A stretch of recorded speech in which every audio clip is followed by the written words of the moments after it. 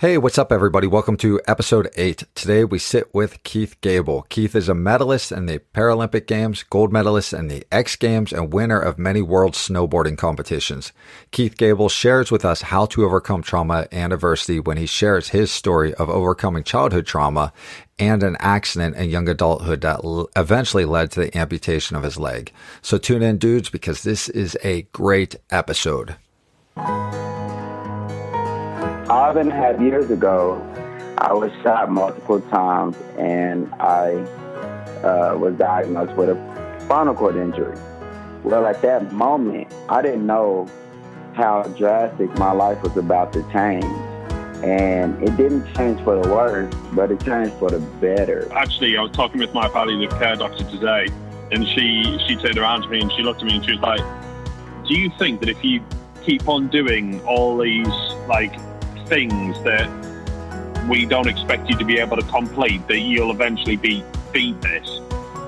And I was blown away by a doctor asking me that question. And I was sort of like, actually, yeah, that's probably what I'm trying to do. Well, I know what my body's going to do to me. I've got a wheelchair in my future, but you know what I've been looking for? What's that? One with off-road wheels. No, nothing will ever take away the pain of my daughter not being here. She would be 18 next month. And it still feels like maybe 5 years ago, 2 years ago that she died.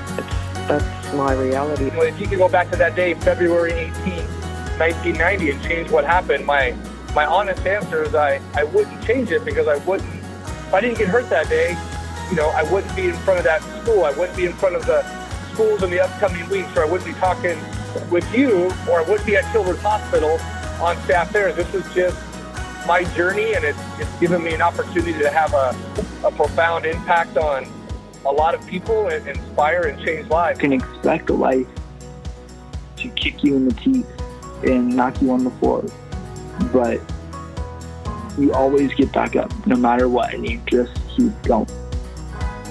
Living Adaptive with Scott Davidson, a podcast about learning to live adaptively. And now, Scott Davidson. All right. So what's up, everybody? So just some quick notes before we dive into the interview. First note is that hopefully by the time this episode airs, I will have a survey online that focuses on adapting to struggles and issues. So the survey is short, but the answers have plenty of comment space, so type away. The survey, just some background on it, is a chance for one to share how they adapted to an issue, what one did to adapt, what they learned while going through adapting to this issue, and what this issue has taught the person about life. And so we can't interview everyone, and many don't feel comfortable airing out their stories. So this is another way of just getting our stories out there. So the survey is a shorter way. Some can be humorous, some can be really serious, but whatever you feel like typing, go ahead. At some point, I will share these survey responses in hopes that they will help others that hear them, read them, whatever. All surveys are completely anonymous unless you don't want them to be. Either way, we're not going to share your information. And I will dive more into these surveys in next episode and episodes following that as it continues to proceed forward. I will post links on www.livingadaptive.com to the survey if we don't house it right there on the site. Also, I'll throw it out there on social media, Instagram, Twitter, whatever. One of them will connect to all the others.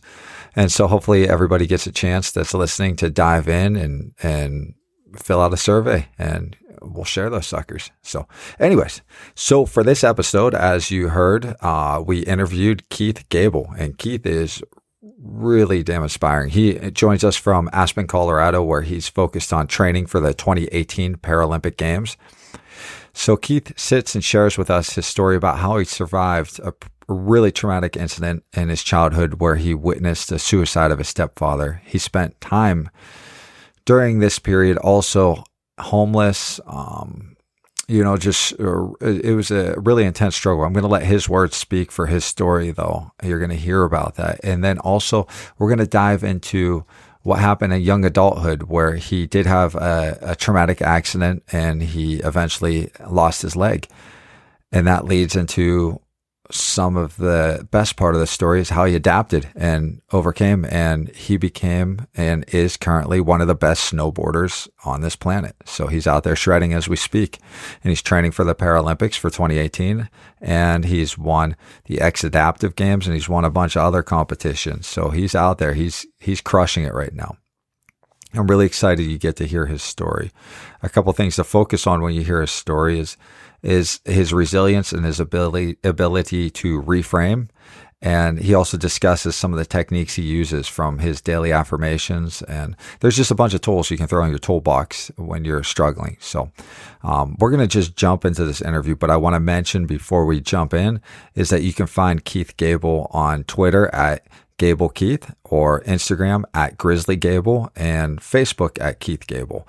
And so you'll be able to locate him there, and he's pretty responsive. So if you like his story, hit him up, let him know.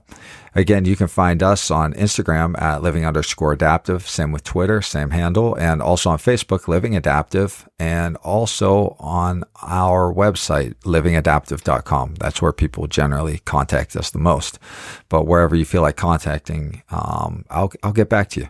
So anyways, without droning on too much longer like I usually do, let's just jump into our interview with Keith Gabel. Thanks for tuning in. Talk to you guys in a bit.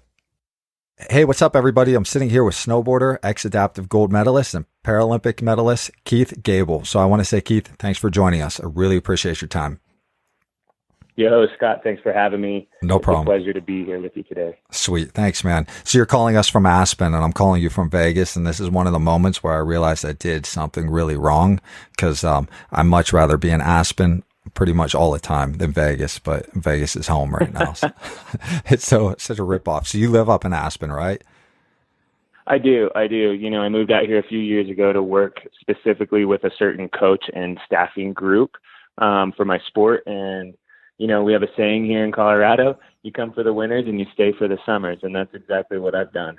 Yeah, it's beautiful out there. It's one of the best towns. There's a lot of craziness, though, and partying in Aspen. So you're behaving yourself while you're training, right? Yeah, you know, I'm not much of a party animal these days. You know, snowboarders, we kind of get a bad rap where everybody expects us to be these bad boys on the mountain. But, you know, I'm actually almost 3 years sober. And it's one of those things that I kind of just decided needed to happen for me to continue to excel at what I do and to improve my lifestyle. So though I do go to parties from time to time, I am not that party animal, and I'm usually in bed by about 11 o'clock. Nice. Yeah, it's pretty wild. I've been up to your training center too in Park City, and it definitely can get wild at night up there for sure. So it's probably hard to train with a lot of distractions. So it's good to stay out of the fray, I guess, or above it. So anyways, so you're training out there, which is a great area to train. I've seen some videos of you training, so pretty cool. And I'll post in the show notes so everybody can see you training, and some of your other videos. I'll post a link in there and also on the website. But I wanted to jump in just because you have a pretty extensive story, and it doesn't just start at maybe an injury, or it doesn't just start at your experience with the X Games and also in the Paralympics. It starts before that, and you have a story that is pretty incredible. But I wanted to kind of dive into your early years.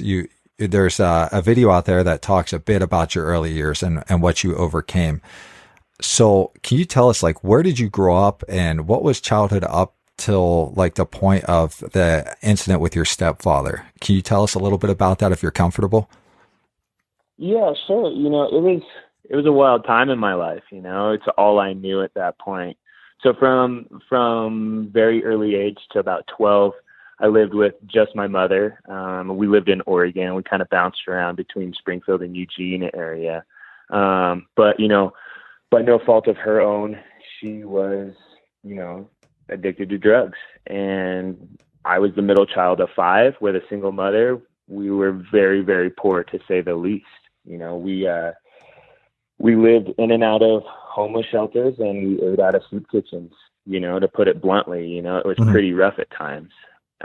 So, you know, I was exposed to a lot at a very early age, and saw a ton, you know, way more than any, you know, young child or adolescent should ever see. But, you know, I really think that looking back on it now, it's kind of one of those things that really has helped me, you know, push forward and look towards the future and push past a lot of it. You know, it was pretty gnarly though. You know, you when you say, you know, we were homeless or whatever, I mean, we were that. We lived in a homeless shelter. At one point, it was my mom, myself, my stepdad at the time, and then 2 sisters and 2 little brothers. One was an infant, and we were all living in a 1-bedroom little spot that was a homeless shelter. Wow. And I think we were only allowed to live there for like 6 months before they kind of give you the boot. And we were really fortunate, actually.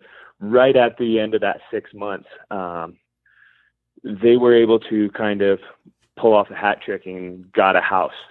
And so, you know, things were starting to look up for our family. And, you know, we didn't have a car or anything like that. Bus transportation was, you know, not something that you just did on vacation. That's how we lived our life. That's how we went and got groceries. That's how we went to school and doctor's appointments or anything like that. I mean, it was all by public transportation.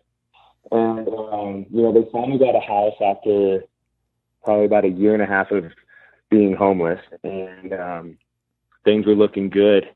And my parents kind of, I say my parents, my mom and my stepdad had a rough relationship. You know, they met on the street, so they didn't really have any sort of, it was abnormal to say the least. Let's just put it that way. But, you know, one night it got out of hand, you know, and they fought a lot. It was kind of crazy. When I think about it now, you know, they fought almost nightly. It was kind of this routine of, you know, everything's going good, and then some drinks get thrown back, and that one thing and another, you know, argument starts happening, and next thing you know, it's full blown freak out sesh. And I want to say it was Christmas Eve morning, maybe 3 a.m, and I was asleep. My room was right down the hall from my mom and my stepdad's, and I woke up to them fighting. You know, I was the oldest boy, so I was always kind of alert when this kind of stuff started going down. I always felt kind of like it was my obligation to protect my family in a sense. And I woke up to them fighting, and it was, you know, going on for a minute, and then I heard my mom say, "Hey, Dan, put the gun down." Oh. So, you know, at that point I sit up, you know, and I'm in bed, and oh, crap, you know, it's really hit the fan. So I get out of bed and I go down the hall to their bedroom, and I kind of peek into the door, which is wide open, and I see him loading this pistol, you know, and I kind of like, oh crap, I need to, like, this is getting serious. So my sister was still up, and so I ran out to the living room. I was like, "Hey, Dan's got the gun." And I turned around and ran back to the bedroom, and when I got to the door, he had said something and just put the barrel right to the, you know, his forehead and pulled the trigger. And at that very moment, you know, it was like, it's one of those moments in life where, like, things kind of slow down. And, you know, it's weird because to this day, I don't remember seeing blood and, you know, all of the matter that comes out of the head when it goes through that. But I do remember seeing him kind of sit up really stiff and then slump forward and fall off the end of the bed. And, you know, it was, everything kind of goes from very slow to like fast forward, you know? And so then from there, it was just like pure craziness. Wow. I ran out to the living room and you know, was shouting, "Hey, you need to call 911, you know, Dan shot himself." And, you know, it was pretty crazy. And from that moment forward, you know, it really went downhill. It went from, our lives went from like pretty bad to kind of good to really bad. And, you know, my mom, she did what she could at the time, but you know, it seemed like she was having like a nervous breakdown kind of thing, you know, just full on. She couldn't really handle it anymore. And I mean, when you think about what she was put through in that situation, I mean, you can't really blame the woman, you know. Her lover, her husband, her partner, you know, blew his head off right in front of her, directly in front of her. And for anybody to witness that, you know, it's one of those things that's like, wow, But, you know, the trauma of what you went through, man, is, it was really hard to hear. I came across your story. It was really hard to read someone so young going through so much. I will say it was really difficult to come across that, because it's such a traumatic story. It is really tough, man. And so, when after that happened, I did, like you said, it seemed to go downhill for a while. When did you get that rope to, like, to safety, or to somewhere else? Like, how old were you when you finally got to a more, safe area?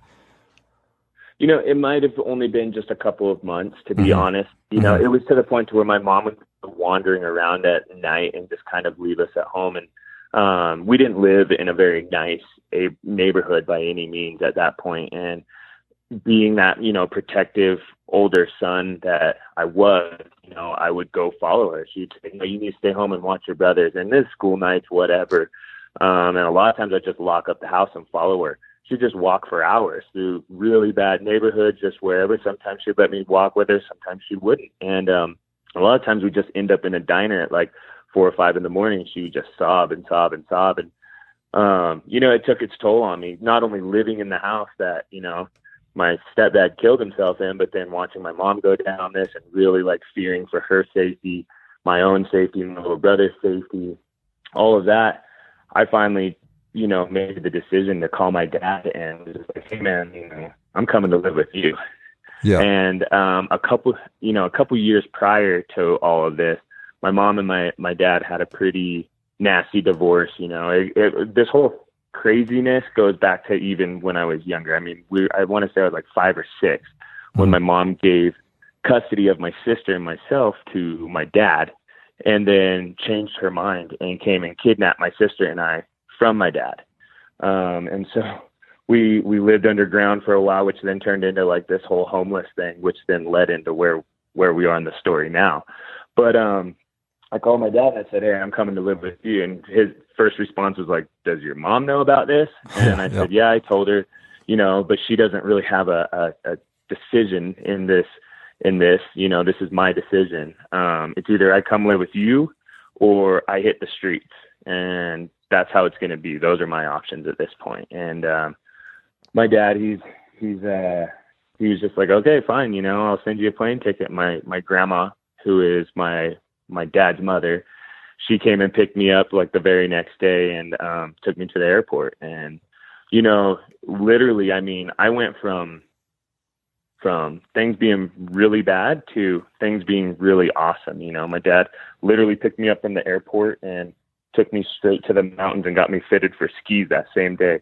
Wow. I kind of lucked out. So my dad and my stepmom and my stepsister were all going on this like little family vacation up to Park City because, they lived in Utah, and they used to do these little staycations, if you will, where they would do, 2 or 3 weeks at a little mountain town and hang out. And that would be the vacation versus going on some lavish trip somewhere else. And I just happened to ask for a plane ticket and asked to come live with my dad the day that they were going up to Park City. So it all worked out. He picked me up from the airport and literally that same day took me to Deer Valley Resort and slapped skis on my feet. My dad was an old school skier, had been doing it for a long time. And so he's like, this is a great thing for this kid who has tons of energy and relatively fearless when it comes to most things. So it went from, just craziness to something really cool right off the bat. And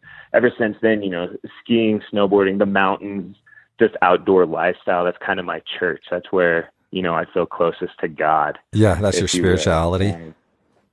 It really is, it's one of those things. It's like you get out there and you get to be one with nature. You get to set goals. You get to achieve those goals. And the whole time you're just out in nature. And I always kind of have this running joke because sometimes people ask me, hey, what do you mean, that's your church? And I always say, where are you going to get closer to God than 12,000 feet up? Yeah.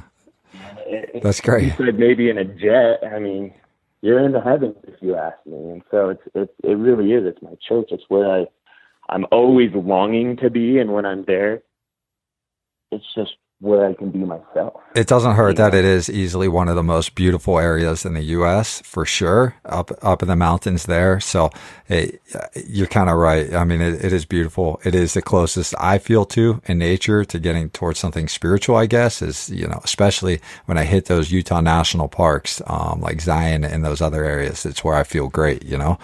And so I get that. Oh, absolutely. I totally get that, man. And is that when your dad plopped those skis on you, when he had you fitted, was that the beginning? That was the beginning of you on this quest that would eventually end in you getting a gold medal in the X Games adaptive division, and then Paralympics also you medaled in? Is that when it all started? I mean, yeah, that's essentially it right there. You know, I fell in love with skiing right off the bat. Mm-hmm. And, you know, it was something that my dad realized, okay, this kid has, you know, he's got a little bit of talent, but more than anything, it keeps him out of trouble. It keeps him busy. You know, I'm like this.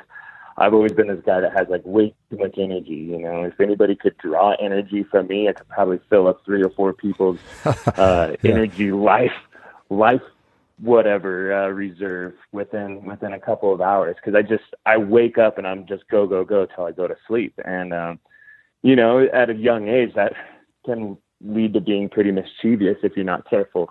So, yeah, I would definitely say it led into a lot of what's going on now. You know, it just gave me an outlet. It was one of those things that, like I said, I could be myself. You know, I could go express myself on the mountain, and whether it's bombing mountains at full speed or ripping some really nice tight turns or whatever in between, in the trees, whatever.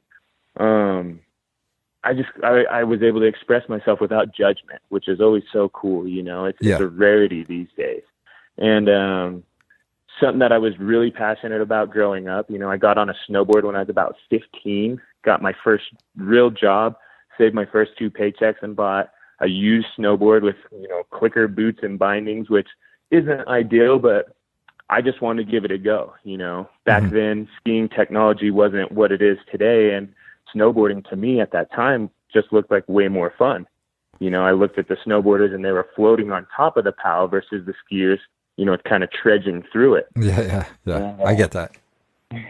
Yeah, you know, and I had a tendency to kind of get along a little bit better with the snowboard kids anyway. And so a buddy of mine was like, "Hey, have you ever been snowboarding?" I'm like, "No, but I ski." And he's like, "Oh, you gotta try snowboarding." And so I gave it a go, and I literally bought my first snowboard and never touched my skis again except for to sell them. And, you know, it was one of those things like, it was always a dream of mine to be in a position that I'm in now, you know, to be a professional snowboarder. I just didn't know that it would be after a traumatic injury that I would have that opportunity, you know, and, I kind of gave up on the dream, you know, by the age of, I don't know, 18 or 19, I was like, well, that's probably pretty impossible, you know, and I started looking at, you know, a quote unquote real career, you know, and I went into the drilling. I went into the drilling industry, and it was one of those things that I excelled at. You know, I have this thing where I'm pretty good at like seeing how things work, and it just works out in my brain that I can understand it. And that was kind of drilling in a nutshell. Is, you know, it's a feel type job. It's a seeing type job. You know, smell, taste, hearing, everything, all of your senses are being used. You know, some of the best drillers that I had ever met in the industry couldn't read the first 3 pages of the manual of the drill rig, but could drill you a hole straighter than anybody could ever imagine and deeper than anyone could ever imagine to get you that water. And so, you know, you didn't necessarily have to be the smartest cookie on the, you didn't have to be the smartest person out there, to be honest, but if you had the touch, you could be good at it. And so, you know, I excelled pretty quickly in the drilling industry and was moving forward with all of that. And then, you know, out of nowhere, my injury happened. Which is super traumatic too. Story. Like, that's a story that was crazy to hear your story about how it all went down. And so, like you said, you're like this is up in Logan, Utah, I believe. And you're out there and like you're outdoors and you're dealing with this heavy, crazy equipment. If anyone's ever seen it, it's legit. It's scary as shit when you're around it. So, so at this point, how long were you working in the industry? I might have been in the industry for a little over 2 years, pushing 3, something like that. Mm-hmm. You're right. You know, the machinery itself is massive. You know, I think the rig that I used to work on weighed like 76,000 pounds. And so driving that down the road, I mean, is a feat in and of itself, just not crashing it or taking something out. Yeah. But, you know, then you have things that weigh, you know, the weight of a car hanging over you all day, or thousands of pounds worth of pressure, you know, in hoses above your head. And if one of those couplings snaps, I mean, that thing comes whipping down and it's going to split your wig so quick, you know? It's so So crazy. to say it was a dangerous industry, I mean, people don't really understand what, you know, I did water. I didn't do oil. I was not an oil guy. So we were essentially the same concept, but a fraction of the depth and a fraction of the size of the machinery and stuff like that, but still very, very big. Were you an adrenaline and junkie though? Like it seems like with snowboarding and everything else, I mean, you're not snowboarding where you are is very different than snowboarding in the Northeast or something. It seems like you got to be kind of an adrenaline junkie there. And then the career you pick, the job you pick is pretty dangerous. You know what I mean? Yeah, you could say that. You know, I don't necessarily factor in the whole danger thing until sometimes it's too late. But honestly, like I've always enjoyed that rush, that thrill of, you know, the adrenaline. You know, when I was growing up in Ogden, Utah, there's a reservoir about 30 miles away where you can go cliff diving. And I'm not going to mention it just in case anyone tries to go up there, because it can be rather dangerous. But yeah. I mean, there's 50, 60-foot cliffs all day, you know, No, and you can man, get up no. with like 80-foot cliffs, you know, and we would go, you know, backflip off of those and, you know, dive head first off of them. And we, you know, it was one of those almost like a competition between me and my buddies who could do the gnarliest trick off of them. And so I would say, yeah, I've definitely been a bit of an adrenaline junkie my whole life. You know, I like to go fast. I like to go big. I love flying through the air. And, you know, snowboarding is great because I love hitting big jumps, and that's why border cross is so awesome for me. Yeah, But drilling, you know, it was one of those things. There were times where something might snap up top and there's a 70-foot derrick that you've got to climb to the top of, and you might not have a lineman belt handy and there's nothing to tie off to, but you climb up there anyway. The thing might be kind of swaying in the wind a little bit while you're up there wrenching. You know, you got your legs wrapped around some part of the derrick, holding on with your legs while you're wrenching on this piece trying to replace a part, you know.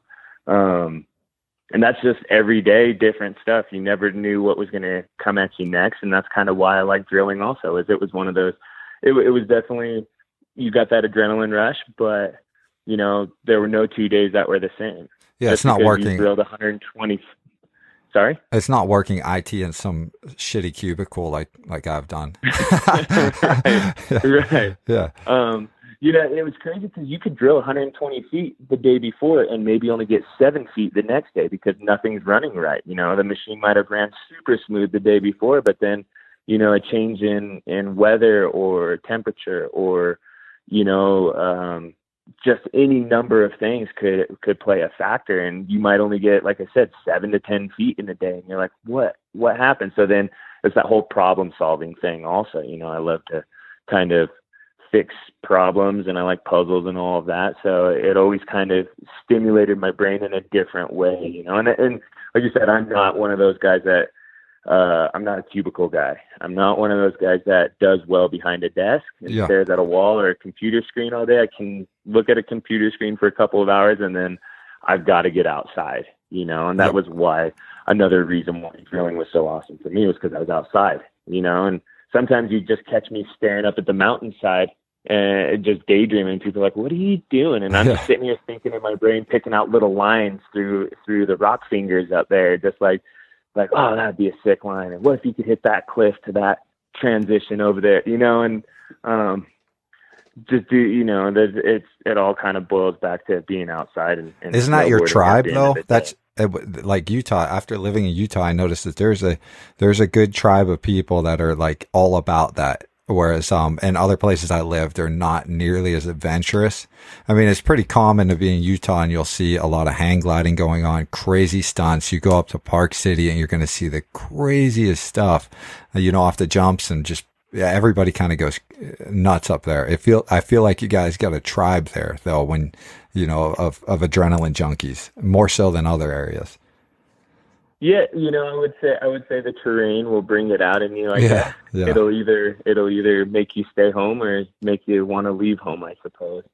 And I was really fortunate growing up in Ogden. I was 30 minutes from everything, meaning like Salt Lake and the big cities and all of that, maybe a little bit further, but I was also 30 minutes from absolutely nothing in pure wilderness. And, it's that some of it comes from having the wild directly surrounding you. You might get a little wild from time to time, but there's definitely a different breed out there. Just mountain people in general are a little different. Yeah. We like to push the limits for the most part. I live in Aspen, and mountain biking is huge out here, and I really got into it pretty hardcore this summer, and I dabbled before, but nothing like what I do now. And some of the people I've met are just some of the lines they see in the terrain they ride is so gnarly. And I'm sitting here thinking like,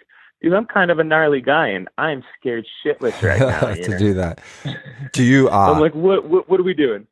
Do you? Well, actually, we should probably get into what happened next, but then I got a question about that too with the mountain biking too. But so like you're drilling and up comes what is a pretty crazy thing that happens. Do you want to get into that? Yeah.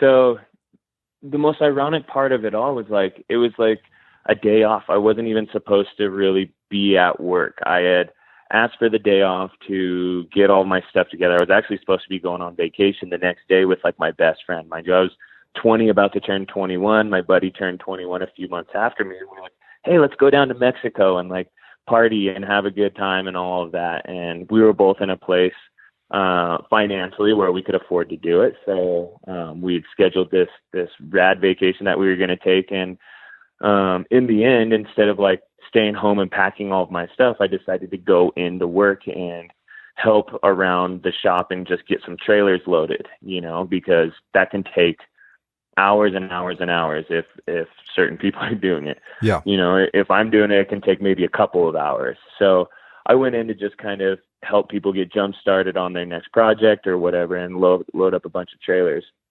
And the crazy thing was I wasn't even on a drill rig when I got hurt. I was using an old skid steer in the yard, maybe 1960s model case skid steer, didn't even have a roll cage, no seatbelt, nothing. It was just what was available at the time. And so I jumped in it, started it up, and got a load on my forks, drove it over to the trailer, lifted the load up, started moving forward, and all of a sudden the whole thing just like tipped forward. And whatever happened, the load might have been a little heavy. I might have driven down into a slight little pothole. It all played an effect and ended up catapulting me out of the seat. And what happened next was just gnarly. There's no way around it. Like I said, I had no seatbelt on. So yeah. When I got shot out of the seat, I was holding on to nothing but the controls, and I jammed the left control down, which actually moves the arms up and down. When it shot me out of the seat, I landed on my feet. I was totally good. Like my coordination and muscle memory took over immediately, and I landed like Ninja Cat style, But I realized that this machine is like now standing itself back up because that control was stuck down. So I'm like, okay, how do I get out of here? I'm like in between pinch points and all of that. So turn around, go to jump back up into the operator's seat. I'm stepping in with my right foot, and as I'm pulling my left foot, bam, it catches my foot between the stabilizer bar and the body of the machine.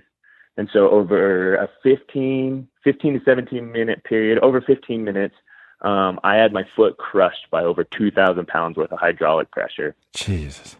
And you were aware, or were you just completely out in shock?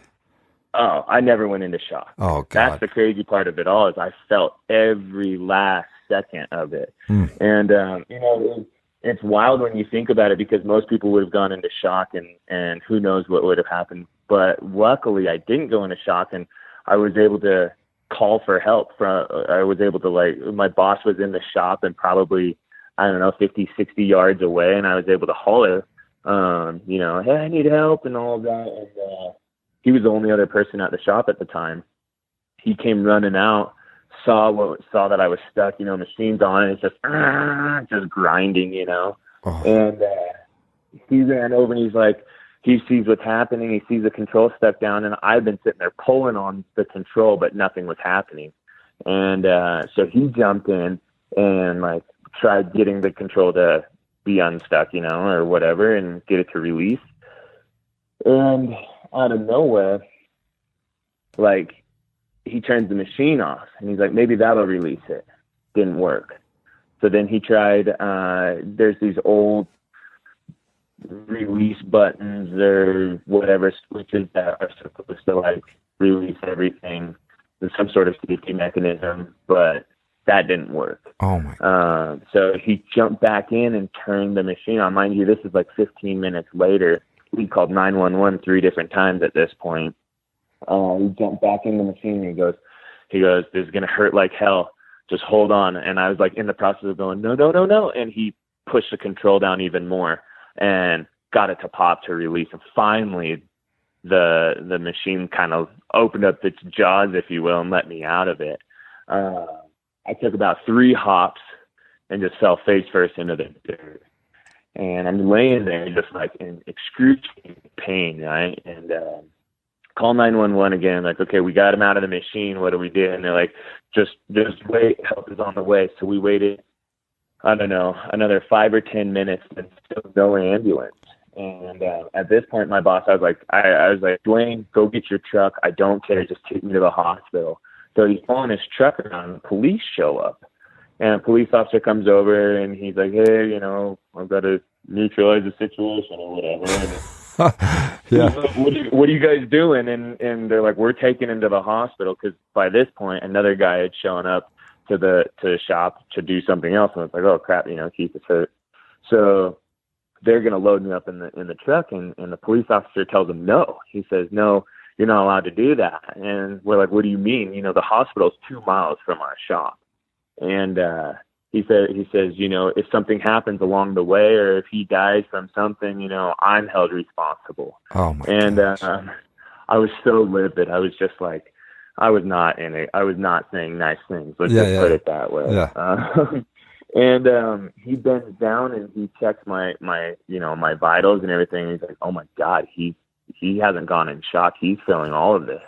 And I'm just like, no shit, Sherlock. At this point, you know, like, of course I'm feeling it. This is terrible, you know? So I told him, I was like, why don't you take me to the hospital? If you won't let them, then you do it. And he's like, no, once again, I can't be held responsible. So, you know, I laid in the dirt for another 45 minutes. Holy shit. Before the ambulance. Yeah, before the ambulance blew its way in, and, you know, they got sirens blaring. And I'm like, well, it's a little late for that. Just, like, load me up, you know? But, yeah. I'm laying there, and the paramedics, it's crazy. So the paramedics come in, and the kid must have been, like, he wasn't much older than me. Mind you, this was just before my 21st birthday, and he must have been like 23, 24.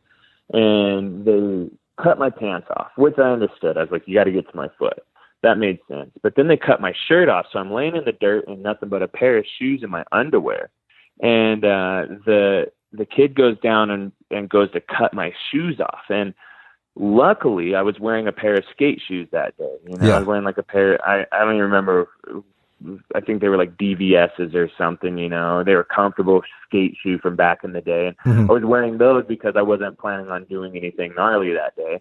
Luckily, I wasn't wearing my steel-toed boots because they say that the cap would have folded under the amount of pressure that my foot was being crushed with, and would have severed my toes, and I would have bled to death before they ever got me out of the machine. Dang. So, I mean, this is all in theory, of course. I was wearing a pair of shoes. I don't know. But the kid goes down to cut the shoes off, and I was like, no, you're not cutting those off. Those are my favorite skate shoes. You are not cutting those off.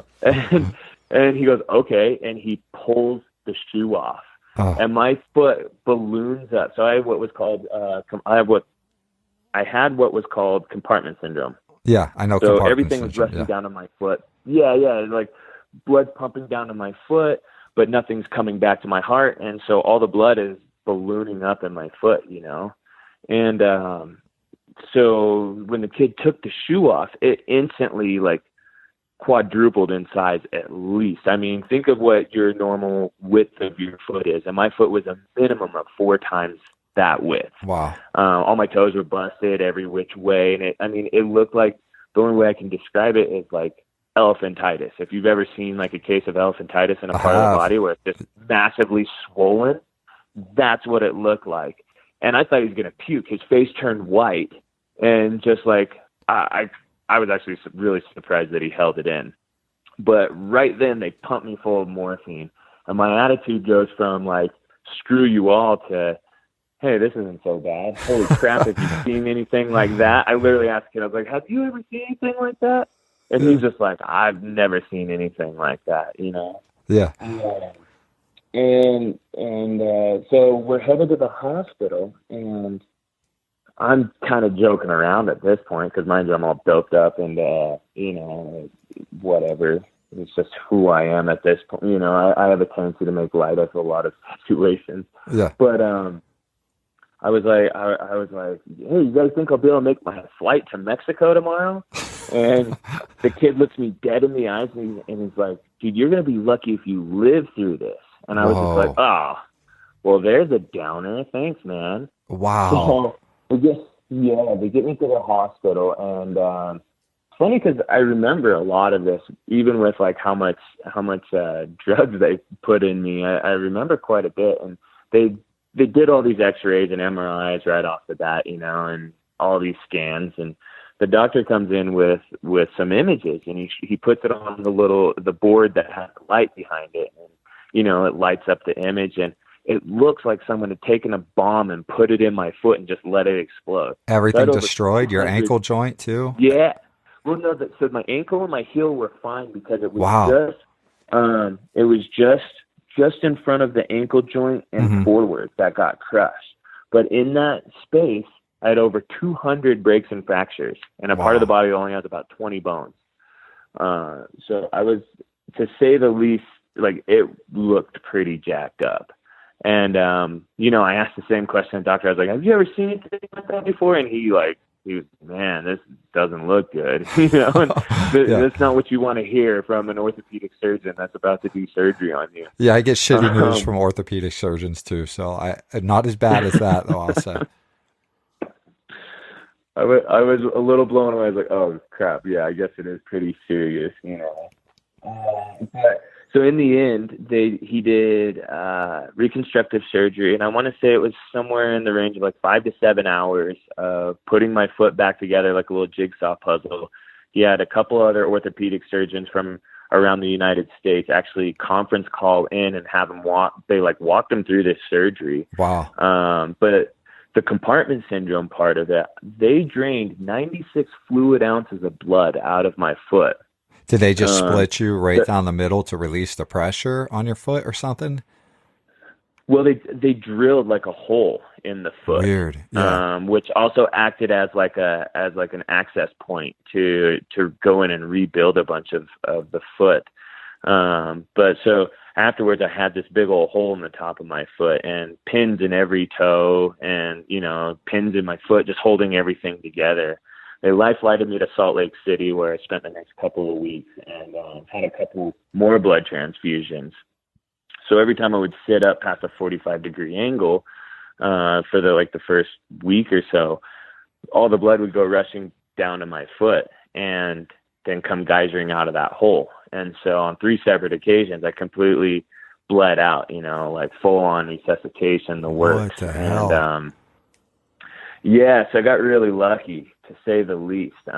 You know, like, probably shouldn't be here talking to you right now, to be honest. But man, for whatever reason, you know, they were able to get a pulse a couple different times, and finally were able to sustain me. And, you know, at that point, they were like, you're not allowed to sit up at all. And so everything was on my back. And, you know, they did, I want to say 27 hyperbaric chamber treatments trying to speed up the blood flow to my foot. But because I kept having blood loss like that, I ended up losing circulation in my foot.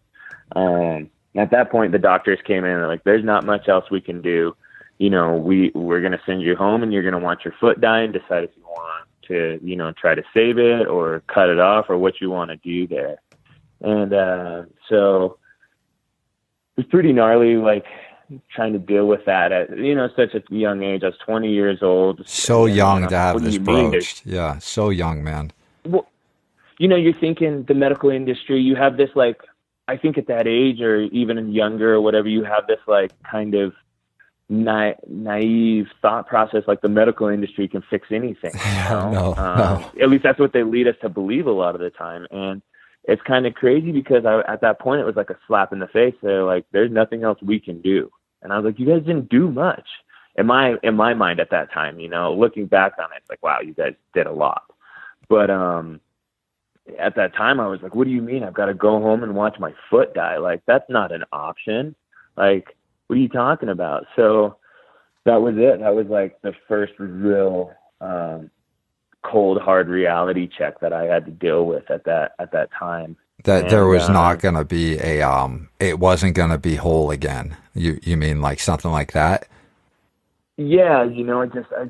It was that there's nothing else anyone could do, talk about feeling alone. And in a dark place, it was like, dude, what do you mean? I'm going to go watch my foot die. What are those words? Like, that's not a thing, And it's funny because at that time I had this crew of guys that would come in like every day and like change out the bandages and all of this stuff. And I got to know them over a couple of weeks, and they were like rock climbers and it seemed like good dudes, And the last day, they came in like, man, we heard the news and we're so sorry, bro. And they were bummed for me, because they were bros, they were, like I said, rock climbers and outdoor enthusiasts. And they're like, man, that sucks, wish there was something else we could do for you. And I was like, hey, so what do you think? If we just chop this thing off, can we like put it in a jar and I can put it on my mantle?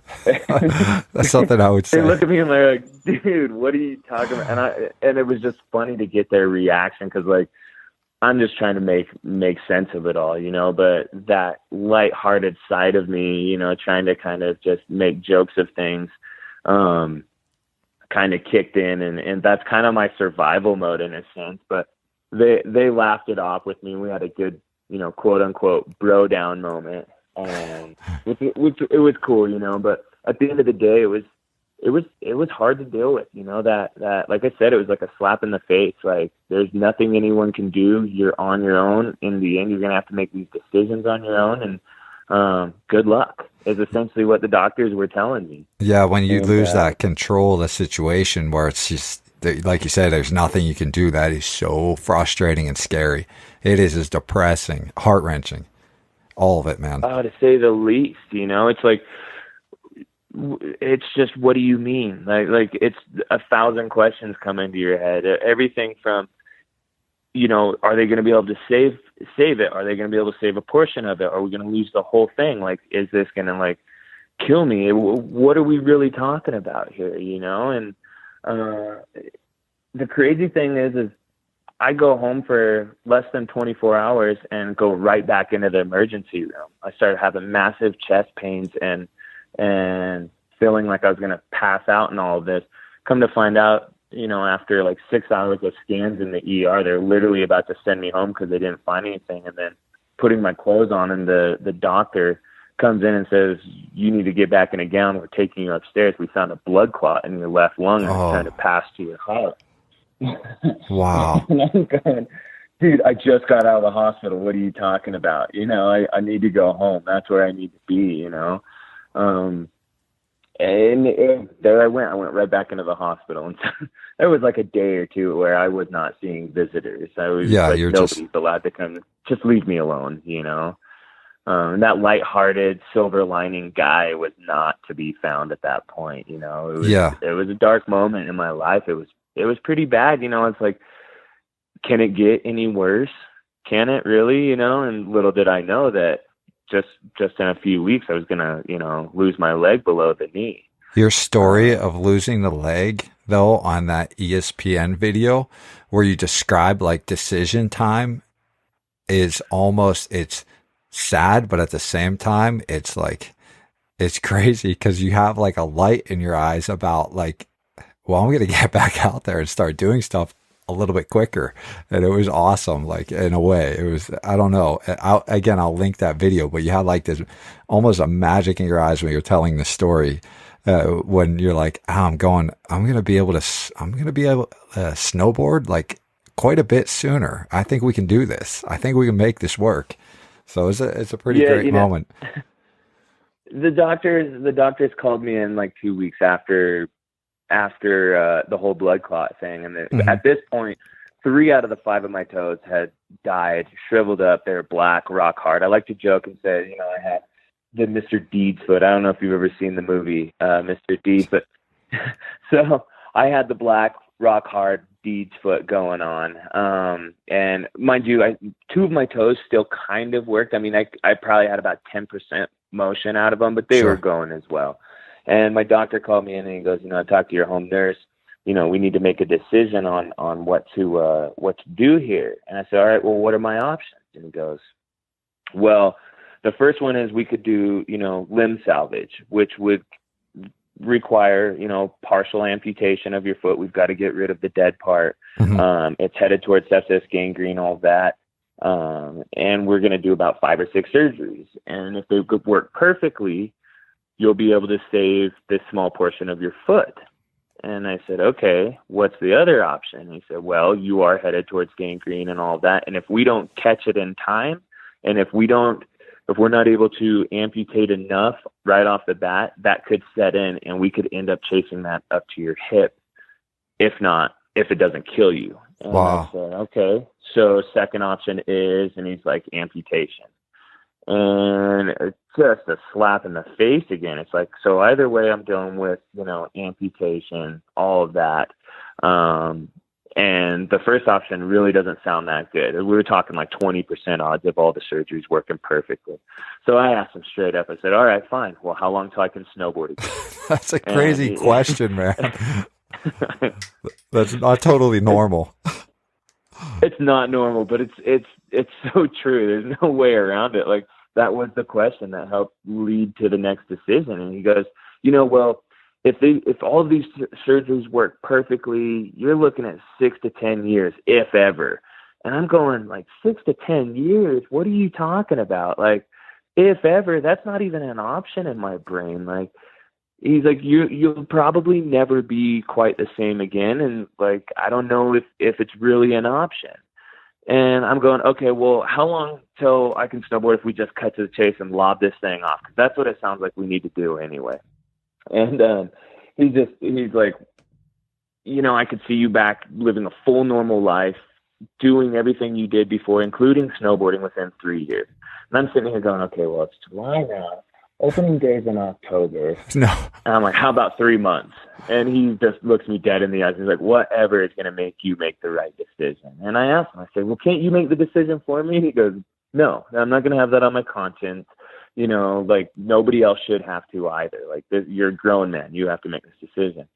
So at that moment, I said, do you think it's possible? And he's like, honestly, technology's good. You're a healthy guy. You've got a great attitude. He's like, why not? So I said, fine.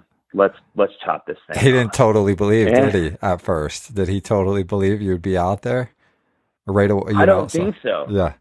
Well, I don't think anybody did. I mean, my dad, everybody's like, dude, that's a great goal. And, they had my back. But at the same time, a lot of people were like, no way. Don't be bummed if you're not able to like reach that goal. 3 months after an amputation, or just over 3 months after an amputation, you want to go snowboarding? Like, dude, let's be realistic. I'm like, that is realistic. But what's not realistic about that, And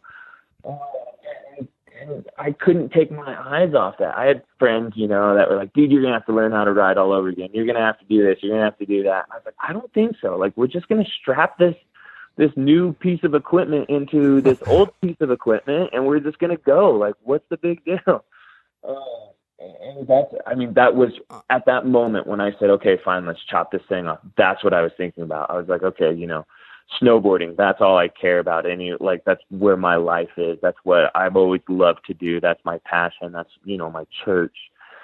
I just got to get back to church at that point. You have all these other crazy questions that go through your head. Yeah, you got to be a good member of your church too. You don't want to leave it behind. You got to pay your dues and get up on the mountain again and get it right. But that's still right. It's still a crazy a thought process going through here of like, yeah, man, I think I can get it. But I guess that goal, I don't know, that goal might have driven you. I don't know. You just sound driven in general. So who knows? Yeah, it's like you said, I had to pay my dues, and I had to get up there and get out of where I was, and I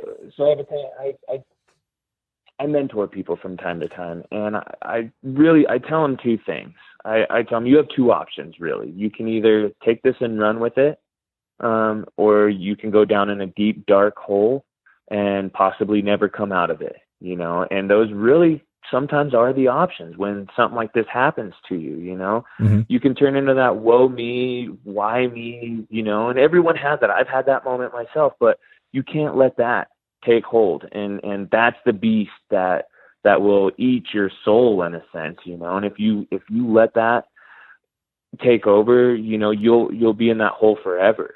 And so when I mentor people, I just let them know, I'm like, listen, like, this next part of your life isn't going to be easy, but at the same time, there's always a light at the end of the tunnel. And the sooner you start, walking towards that light, in a sense, the sooner you're going to reach it. And I think that's a really important message for people to understand out there is we all have things in our lives that disable us, for a lack of better word, Yeah. I think Kyle Maynard says it best. He says, everybody in this world has a disability. Just people like you and me, they can see it. That's the only difference. That's so damn right, man. It really is. And I don't know if you know who Kyle Maynard is. I do. A double bilateral amputee. He's a MMA fighter, wrestling. Yeah, MMA fighter, a wrestler. He's an amazing dude. I think he climbed Kilimanjaro or something. The guy is a beast, and I got to meet him a few years ago, and that's actually the conversation we had. I said, what makes you you? Why are you such a beast? And he goes, at the end of the day, how am I to say that my disability is any worse than anyone else's out there? And he goes, everybody in this world has a disability. The only difference is people like you and I, they can see it. He literally said this to me, and I was like, wow, ding, it hit me. You could be having just a bad day at work, or maybe some stuff in your personal life, or maybe you've got a family member who's sick. All of these things are debilitating at the end of the day, and who am I to say mine is any worse than yours? For sure. So, that's something that's always resonated with me ever since I had the opportunity to speak with him. And, it's something I try to pass along with other people is dude, my situation was pretty gnarly, but I can't say it was any gnarlier than the person I'm talking to or the person that's listening to me speak in the audience, everybody's got something going on. And that's what I just try to portray to people is if you allow it, it will disable you. But if you don't allow it, the sky's the limit, and that's kind of where I was with my leg. I looked at it with optimism at the end of the day, and I set 3 simple goals. Well, somewhat simple, First was get off the pain meds. The second was get a prosthetic, and the third was teach myself how to walk. And I figured if I could do those 3 things in 3 months, why not be able to snowboard? And then eventually what's crazy is where you went next, though, with it. That's what separates you from a lot of others is that you went and hit the Rushmore of your passion. You know what I mean? You went and you made it to the top of it. I think that's what separates you, though. You're not you almost sound like you're playing it as you're an average person, but you're not. You went out and did something that was extraordinary, beyond average, though. By going off and medaling in crushing competition, frankly. Yeah, I've had a lot of success with snowboarding, and I can't say that I haven't, but to this day, I'll give you some stats about myself. I'm a 28-time World Cup medalist at this point. Yep. X Games gold medalist, and I won a bronze in Sochi at the Paralympic Games. Mm-hmm. And to this day, my greatest accomplishment is that day when I got back on my snowboard, October 31st, 2005. You remember it clearly, don't you? Like the whole thing. I really do. You know, there's not a whole lot about that day that is very blurry. You know, I remember the jitters driving up to Brighton Resort. I remember walking up to the lift with my buddies, and, you know, I had like 5 or 6 friends with me that were kind of naysayers, but also there to have my back and were like super stoked for me. And I remember the sound the board made when I dropped it to the ground the first time. Were you freaking out, man? Were you freaking out? Oh, to say the adrenaline rush was hitting me hard would be an understatement. I mean, and I was nervous because at this point I had achieved all these goals to reach this goal, you know, and what was going through my head was like, what if I get up there and I can't snowboard? Like, was all of this for nothing? What if I have to take the ride of shame down and, you know, either ride the lift down or a toboggan ride down? Does that mean all of this was for nothing? And these are these crazy little things that were going through my head, you know, because you always have the yes and no's, one on each shoulder, kind of one saying, yes, you can do this, the other saying, no, and this is why. And it's those demons, you know, you're battling with, I suppose. But to say I was nervous would be definitely an understatement. I remember skating up to the lift with my buddy Rocky. He's like one of my all-time best friends.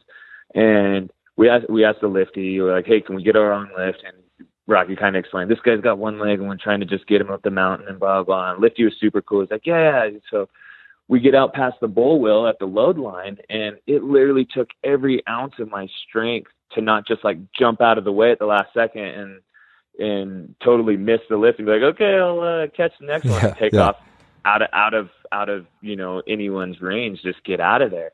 But, you know, I let the lift scoot me up, and it's kind of crazy. You know, we got about a quarter of the way up, and this is one of the few somewhat blurry moments, I guess, because this like crazy calming came over me. And when I say it's blurry, it was blurry, but it's as clear as day as well. And a lot of things were going through my head at that time. I was just like, wow, here we go. You know, there's no turning back now. What you know, I guess I can't have that what if anymore. And, you know, it's like, what if I don't do this? But what if I do? You know, what if I do pull this off? Like, what is that going to mean? How cool is that? You know, and I was just in this crazy little realm of I guess, awe of what was about to happen. And I must have this weird look on my face because, you know, Rocky kind of hit me. He's like, hey, man, you cool? And it, like, kind of startled me. And at that time, I was just like, yeah, dude, I'm golden. I'm golden at this point. And, you know, I could feel the sun beating down on my face. The blue sky was just gleaming, you know, the snow was glistening, you know, you could hear birds off into the distance just chirping, and it was just quiet, serene. And I realized at that moment, you know, like, I'm at church. Dude, I have gotten here. Regardless of what happens when I get to the top, like, I'm here, you know. The game plan to this point has worked. Why not buy into it? Why not believe in it just a little bit more? Yeah. And, you know, it all kind of hit me again. Oh, crap, we're almost at the top. And there was like this rush of just emotion of every which direction kind of hitting me, you know, and both excitement, fear, but it was all kind of also overcome by this like calming, like regardless of what happens, I've made it this far. I don't even care, you know? Yeah. And, you know, the first thing that really got me worried was getting off the lift. I didn't want to be, you know, the guy that looked like a noob falling on his face. I've done that. You know? I've been that guy. Yeah, I mean, we've all done that. Yeah. So I was able to get off the lift and get out of the way and kind of go strap in. And next thing you know, it was like time to go. And Rocky said, "You ready?" And I was like, "Yeah, man, let's do this." We started going. The next thing you know, I could feel the rush of the wind on my face. You know, I could see the snow. I could feel the warmth of the sun, but crisp, cool air, you know. And so I was like, let's try a hillside turn. It came around. let's try toe cycling. It comes around, and next thing you know, I'm linking up turns, just swish, swish, swish, and I'm going, holy crap, I am doing this. It went from, I don't know if I can do this, to, yeah, I could probably do this, to, dude, I am doing this. And at that moment, we got to the bottom. The rest of the friends were down there waiting, cheering me on, woohooing, and all of that. And we went for about 2 more laps, and that was it. That was all I could do that day. We went and partied and celebrated for the rest of the day. Yeah, were you sore? But you had to have been sore. After, man. Yeah. Oh, my leg was killing me. By this point, I was on no pain meds or anything. I quit taking all my pain meds within about 2 weeks of my amputation, and I was on no pain meds. So let's just say I did a little bit of self-medicating that day with some booze, and we celebrated. We celebrated hard, but the pain was there, but it wasn't. It was like this pain of glory, if you will. It's like those battle wounds that people get doing whatever. It was like something that I was almost proud of, because on that particular day, I earned that pain, and I earned the right to say that, I'm in pain, but I went and did something that I loved. I went to church, and it was a glorious moment in my life, and like I said, to this day, it's got to be my greatest accomplishment. That's interesting to hear that, but I do get that. Like once you finally cleared your head of a lot of stuff you went through. I mean, what you went through was so much, and then finally getting that reward to actually just get out there, and whether you failed or didn't fail, like in terms of like getting down the mountain, the hill, whatever, you got there. You're there now, and you're alive. You're freaking alive, man. You know, like the paramedic said, you'll be lucky to get there to the hospital and make it through the night or whatever, his words were. It's pretty wild, man. It's a crazy story for sure. I mean, I've definitely defied the odds in a few different ways, I would say, and I'm proud of that.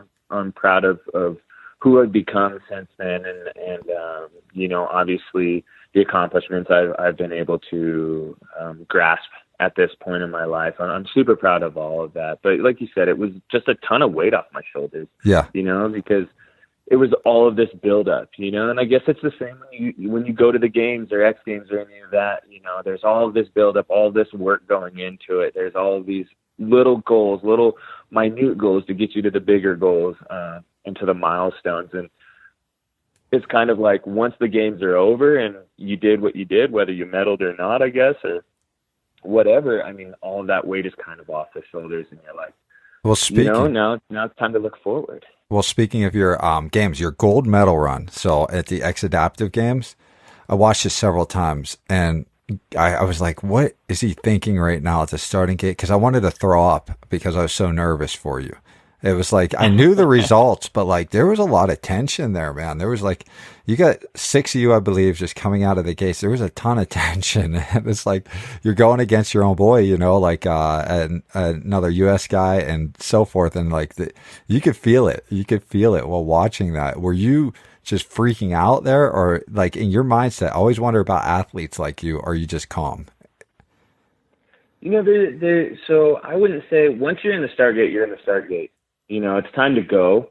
So you can't have a whole lot of distraction in your brain or in your mind. You can't have that, what if this goes wrong, or the nerves are gone. Let's put it that way. And it's pure, I guess there's a lot of adrenaline flowing at that time, and you just know what you've got to do. You know what the job is at hand, and you got to go out there and do it. At that point, we do a really good job of preparing for the race. We inspect every turn and every feature of a course, whether it's a World Cup course, a NORAM course, or whether it's X Games or Paralympic Games course. We know that course inside and out.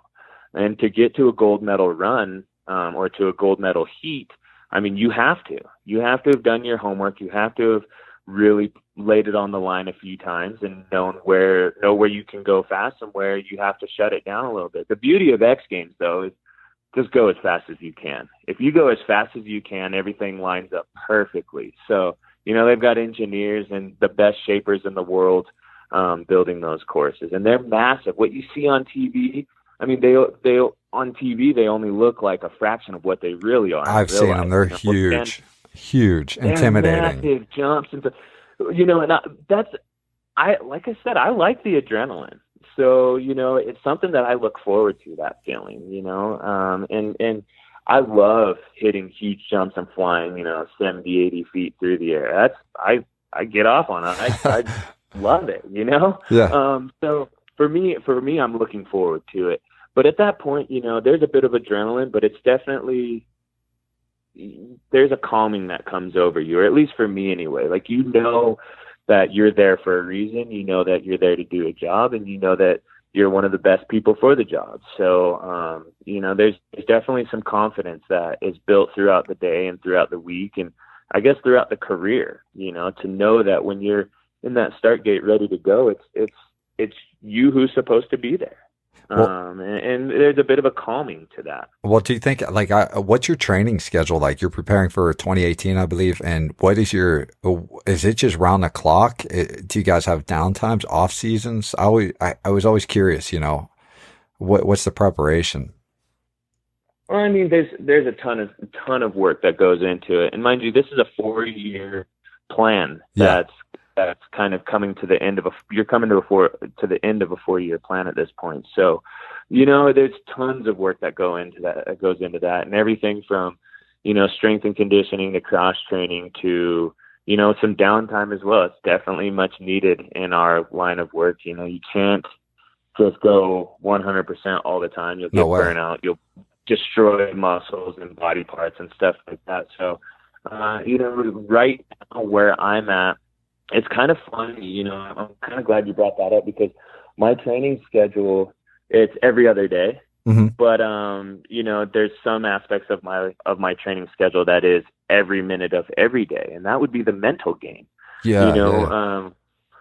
What separates a really strong athlete from another really strong athlete could be something as simple as their mental game. And what separates the greats from the guys that are just good, is being able to control some of your thoughts at times. And so, my training, we'll say a day when I go to the gym, my schedule starts usually around 6 or 7 in the morning. I get up, I make my coffee, I do my morning routine, but part of that morning routine is, I say a daily gratification affirmation is what I call it. Sure. I pick 10 things in my life that I'm grateful for. It could be anything from, my beautiful wife to my puppy dog, or the fact that I have groceries in the refrigerator, or maybe, it's the fact that I have reliable transportation, or maybe I talk to myself about, I'm really grateful for, my sponsors. Maybe I mentioned that in there, or maybe I mentioned the fact that I'm just grateful that I get to wake up and do what I love every day, and that's snowboard or train to be a snowboarder, and that I make a living at that, and so there's a million little things that you can talk about when you talk about the gratification. But I spent about, 10 minutes, in this little meditative state, just, rubbing my green stone that's always hanging around my neck, and talking about, talking about what I'm grateful for. I'm a firm believer in the law of attraction. And I'll give you a quick little story on why. When I was just after my 18th birthday, 19th birthday, something like that, I got this tattoo on my leg, and it's stitches. It was made to look like my leg was cut off and then I've seen that tattoo. And I thought you got it after your injury, though. No, so that's the crazy thing is I went home and showed my dad, and I was like, "This is awesome. This is the coolest tattoo ever." And he's like, "You're an idiot." And I was like, "What do you mean I'm an idiot?" And he's like, "Dude, that better have some significant meaning." And I was like, "Yeah, it does." And he's like, "Well, it better, because the universe might slap you in the face someday." And he goes, "Tell me what it means." And I go, "Well, you know my life, Dad." And he goes, "Yeah." And he goes, I tell him, I've been through a lot, but no matter what, it doesn't matter what you do to me. You could cut my leg off and I'll bounce back. Now, I got that tattoo. Freaking God. Is that real? That's a real story. I swear to God. I swear on my life. My dad reminds me of this conversation every so often. And he's like, "How's the universe treating you?" That's kind of his way of saying like, yeah, be careful of what you wish for, you know, like that whole law of attraction thing. But that tattoo is only about an inch off of where my leg is amputated on the other side. So on my right leg, my quote unquote good leg, I have that tattoo of stitches, and on my left leg, you know, I've got a stump that's maybe about an inch longer than the tattoo, where the tattoo would be. So pretty crazy. So I'm a firm believer in the law of attraction. And one of the things that they talk about in the law of attraction is being grateful. If you are grateful for what you have, the universe will respond. We're all interconnected. I'm connected to you just like I'm connected to my wife, just like we're all connected to the listeners out there. The universe itself is interconnected. You know, it sounds a little hokey. No. I like the universal consciousness. I like the Alan Watts stuff, you know? Yeah, exactly. But so thoughts are powerful, right? But words are even more powerful. But more powerful than words are feelings. So if you can feel grateful for what you have at the moment, the universe will respond and give you more things to be grateful for.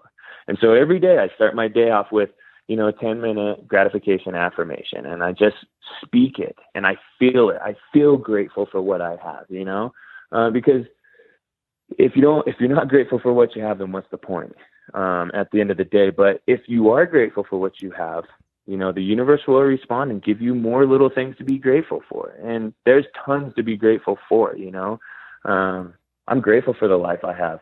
I'm grateful for losing my leg 12 years ago. And that may sound really weird, but if I hadn't lost my leg 12 years ago, I would not be sitting here talking to you in my beautiful little condo in Aspen, Colorado, you know, preparing to do what I love for a living. You know, I've got what I consider a good life. And my idea of a good life could be totally different than the next guy's, but I'm grateful for what I have, you know, and that's a powerful message at the end of the day. That's super rad message. That's not just powerful. That's beyond that what you just said there. That's beyond that message. And your approach to it is freaking incredible.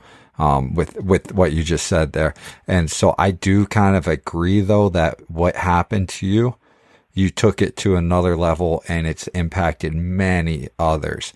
And I wonder, when I read your story first, I came across your story a long time ago. It wasn't like I just reached out of the blue. I knew your story, but I always wondered, did your childhood set you up, you know, to be the person you are now, to be able to persevere, and not just persevere, thrive with an attitude that you have now and impact others, you know, because your childhood was definitely tough as shit, man. It was a tough upbringing. And wow, look what happened, man. It's crazy. You know, it definitely could have. I appreciate your acknowledgement of that, because who's to say? I couldn't say yes or no.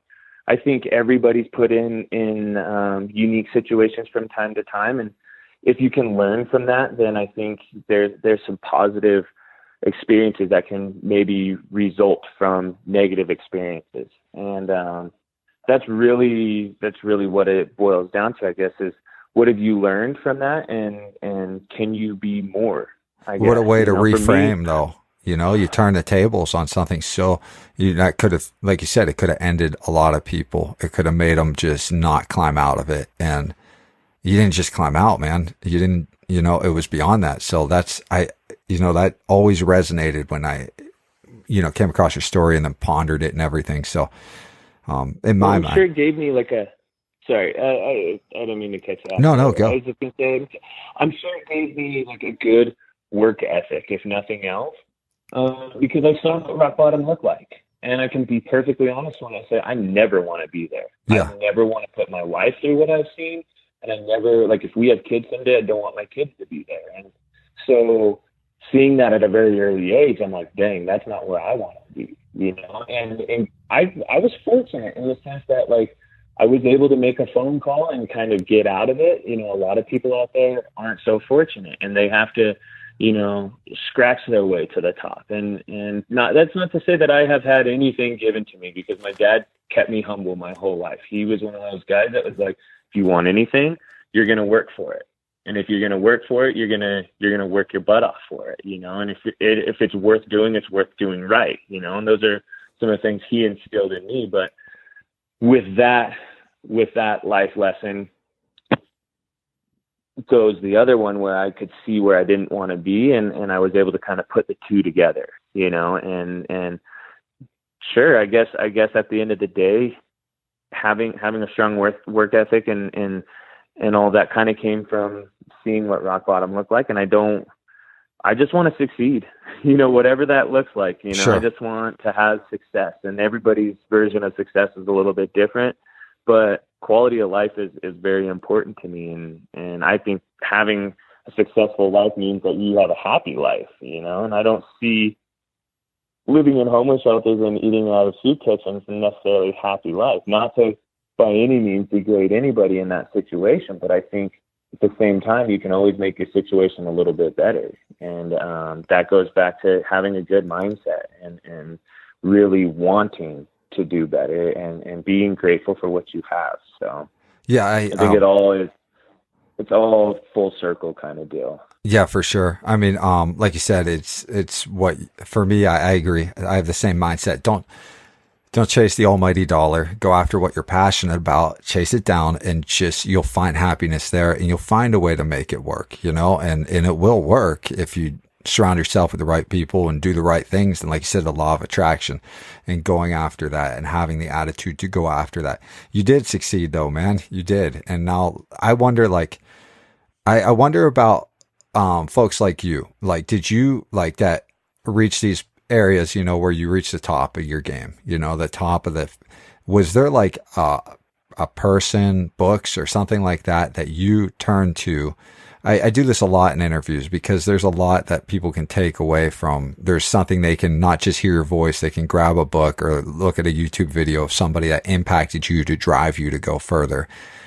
Is there something like that for you? Well, talking about the law of attraction, I've probably read the book The Secret. I don't even know, maybe 5 or 6 times. I've watched the movie. I mean, it's on Netflix. I haven't done that one yet. Oh my gosh, dude, it's a life changer, and especially if you can buy into it. Like I said, it can be a little hokey, especially the movie. But it's more like documentary style, and it's like 2 hours of them just kind of really kind of teaching you about the law of attraction and different little exercises you can do. But I mean, I've probably seen the movie 10 times, and every so often when life seems to be kind of throwing me a big curveball, I'll throw that on and just kind of watch it. And I might only watch 15, 20 minutes of it. I might watch all 2 hours of it.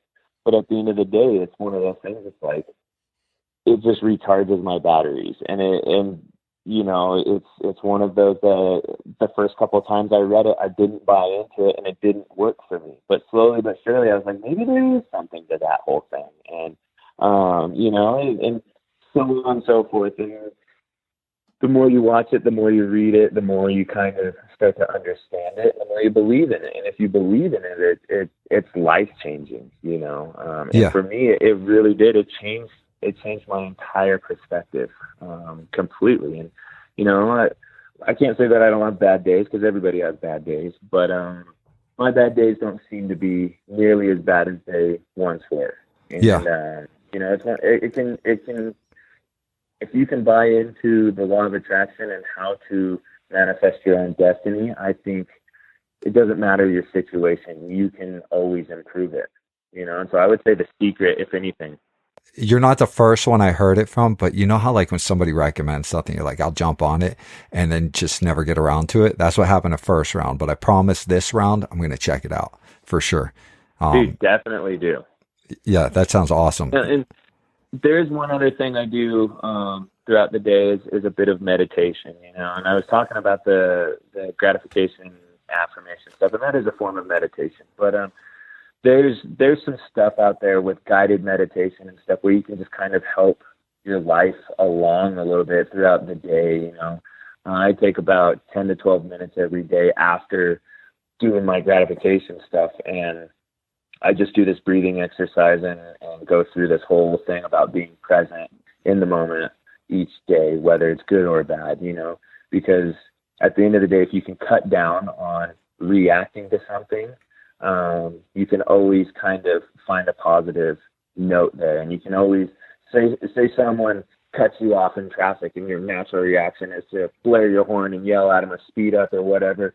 You know, what does that do? All it does stresses you out more. But something that meditation has taught me over the years is now, you know, like, maybe just back off. Maybe they're just in a hurry or something, you know, like that's not for me to say. And so you cut back on that whole reaction thing. And, you know, being present in the moment, you know, it changes your relationships completely. You'd be surprised at how often people react to something in a relationship and it affects their relationship in a negative way.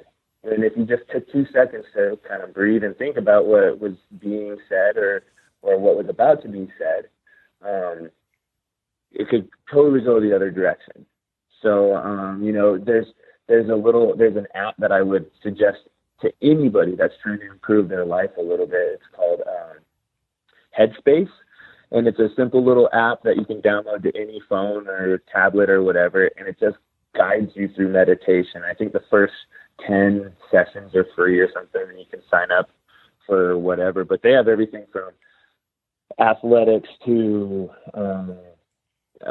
people in the business world to, I mean, the list is endless, to, you know, stress or anxiety or sleep problems. And they have all these different guided meditation processes that actually seem to work for a lot of people.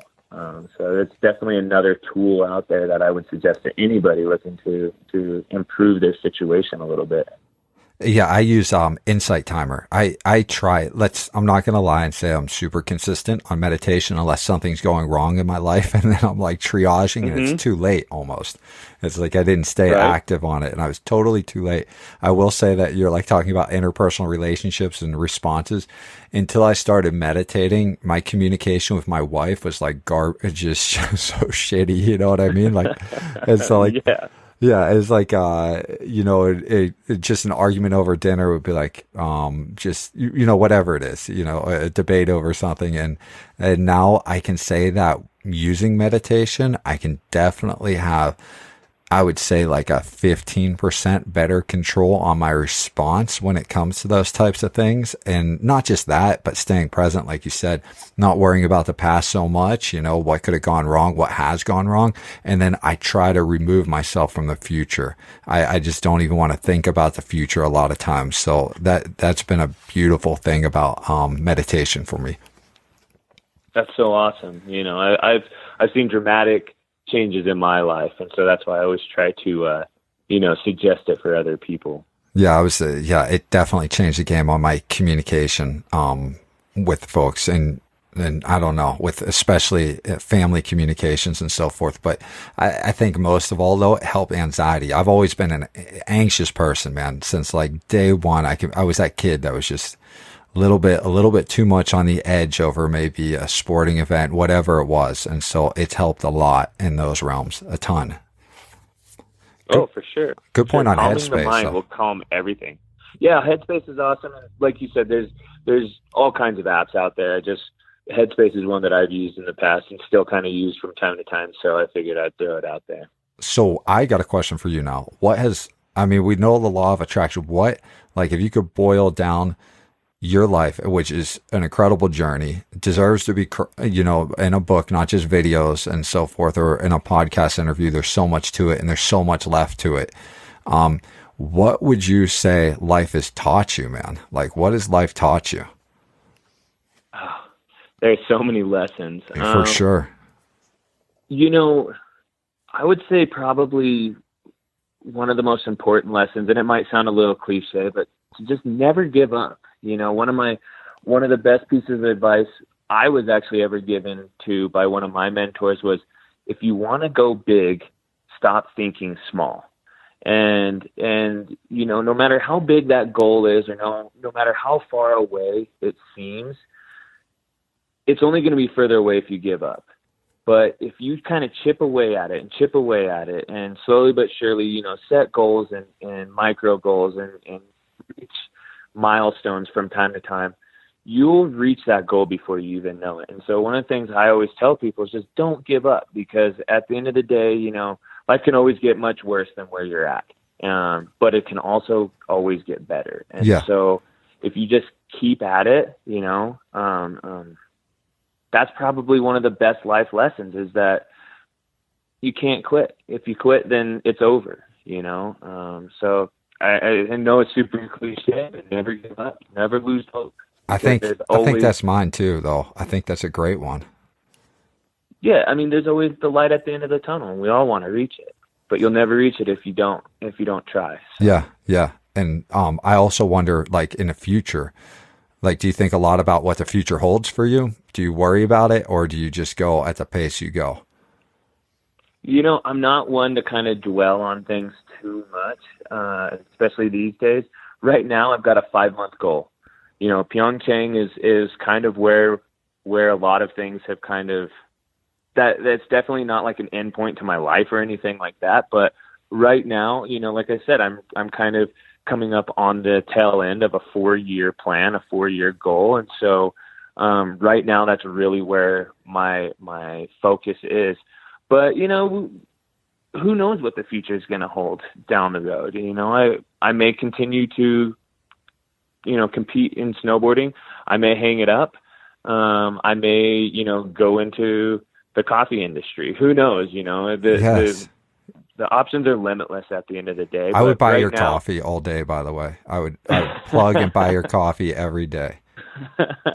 Well, I would appreciate that. You know, it's always been a dream of mine to work with coffee. I love coffee. I'm like a coffee snob in a sense. And Me too, man. 5 or 6 different beans in the freezer that I'm always playing with, and like trying to see the best way to consume them in a sense. But you know, honestly, like I said, 5 months down the road, if you were to ask me the same question, it might be a totally different answer. But right now, that's all I can really focus on and think about. And it might even drive my wife insane. I don't know. She's pretty supportive, but at the end of the day, I don't have like this long-term plan, you know. Right now I'm kind of there.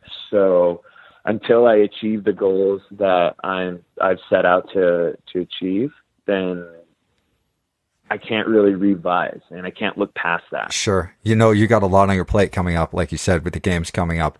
I do think that Park City's lacking a coffee joint. So if you ever rotate back to Utah, that'd be great to see that there, because I go up enough that they really need a coffee place, unless I'm missing something. But I tend to have There is one cool little spot down on Main Street, but you're right. They could use probably 5 more. Yeah, for sure. For sure. Yeah, I'm not super familiar with everything, but I go up, you know, once or twice a year, try to get up there, and some days I'm kind of like struggling, you know, and I need something. So that'd be great, man. But I think that when I look at your body of work, I have a feeling though that a lot of the end results will be you impacting others, and I think a lot of people will continue to turn to you for a lot of the stuff you can impart, a lot of the wisdom you can impart, and so forth. I hope they do, because I would love to help however I can, you know. And people are interested to learn more about me, they can always, you know, follow along on Twitter or Facebook or Instagram or any of that. Yeah, on Instagram. I'm out there. So on Instagram, you have the name Grizzly Gabel. Is that because of your beautiful beard, man? Because that thing is awesome that I saw in one of the pictures. I get that question a lot, and I still don't have a solid answer. It might be because it was given to me years ago, and someone was like, "You're like a grizzly bear," and I was like, "I don't really know what that means, but cool, you know." Yeah. I think partially because, you know, I have a pretty solid beard, and then you know, I like to be outside. I'm not afraid to be alone, but I'll play with the crowd, and I'll hang out with people as well. So love to fish. Who knows really where the name came from? But it's a great name, man. So, yeah, I'll take it. There's worse out there for sure, you know. But yeah, that's who knows where that one came from. Instagram handle at Grizzly Gabel, Twitter handle at Gabel Keith, and then Facebook handle at Keith Gabel. And you used to have a website, right? But that's down right now? It is down. We're in the process of revamping that at the moment, you know.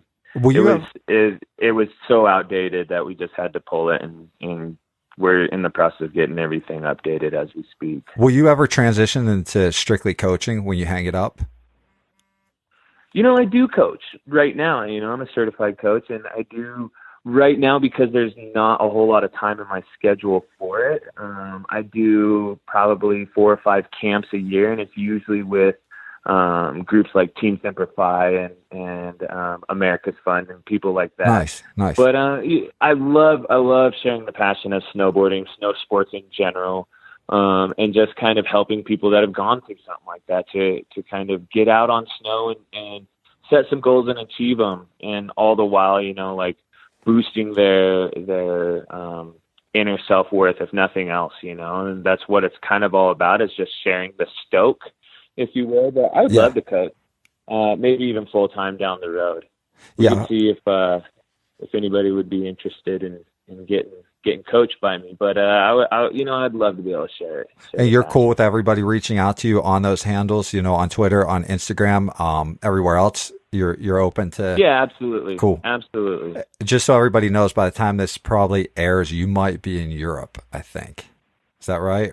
Yeah, I leave November 2nd. So there's a bit of I'll go straight to Austria. From Austria, we go to Finland for our Netherlands for our first World Cup, which is actually indoor, which is always an interesting one. It's kind of like being in a giant freezer.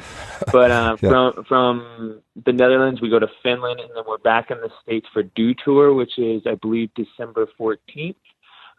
So if there's a bit of a lag in communication, I do apologize ahead of time.